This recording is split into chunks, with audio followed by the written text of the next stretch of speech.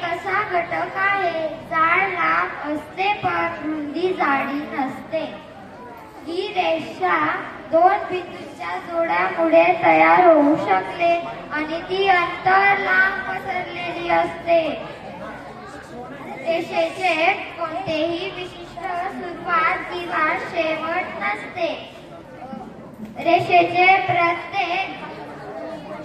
प्रत्येक बिंदूच्या एक निर्दिष्ट दिशा असू शकते. रेषेमध्ये कोन तयार होऊ शकतो. नमस्कार, ओळखलं का मला? मी त्रिकोण. एक त्रिकोण, तीन बाजू आणि तीन कोण याच्या कारणामुळे मी विशेष आहे. त्रिकोणाच्या सर्व कोणांची एकत्रित शक्ती म्हणजे मी. माझ्या कोणांची एकत्रित बेरीज 180 येते. हे नेहमी लक्षात ठेवायचे. नमस्कार, मी चौकोन. चार बाजू एक माप. मी आहे चौकोन. चौकोनाच्या प्रत्येक एक गोष्ट लपलेली आहे आणि ती म्हणजे पूर्णपणा. मी चौकोन आहे. माझ्या चार बाजू आणि चार कोणांमध्ये शक्ती आहे. चौकोनाची शक्ती म्हणजे त्याची चार भिंत दिशा पण एकच उद्दिष्ट. माझ्या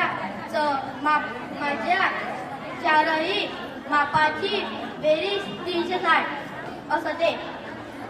चार बाजू एक आणि ते म्हणजे सफलता. नमस्कार, दिसायला पाहिजे. आता आयत म्हणजे काय? तर आयत म्हणजे चार बाजू, चार कोण, चार बाजू आणि माझ्या आयुष्याला एक ध्येय. समृद्धी आहे. त्याच्या प्रत्येक बाजूला एक कथा असेल आणि ती कथा म्हणजे देशाची दोन लांबी आणि दोन जोड्या बाजू आहे. त्याच्या पद्धतीने जीवनाचं संतोष आहे. संतोष आहे आणि मी कधी खाली नाही जाऊ शकत. चार बाजू असते. आयताने मी प्रत्येक दिशा घेऊन पुढे जातो. नमस्कार, मी पंचकोन. पाच कोण, पाच दिशांमध्ये शब्द. मी आहे पंचकोन. धन्यवाद. धन्यवाद. नमस्कार, ओळखलं का मला? मी आहे वर्तुळ. छान वाटलं. कोणतेही कोण नाही, कोणतेही बिंदू नाही. तसं म्हटलं तर मला ओळखायला तुम्हाला सोपं जाते आणि माझ्या मधातल्या बिंदूला केंद्रबिंदू असे म्हणतात. परिघा, त्रिज्या, जीवा, व्यास. आणि माझा फॉर्म्युला काय तुम्हाला माहिती आहे का? Diameter D = 2R. धन्यवाद. आता शुभ्र एका सरळ लाईन मध्ये.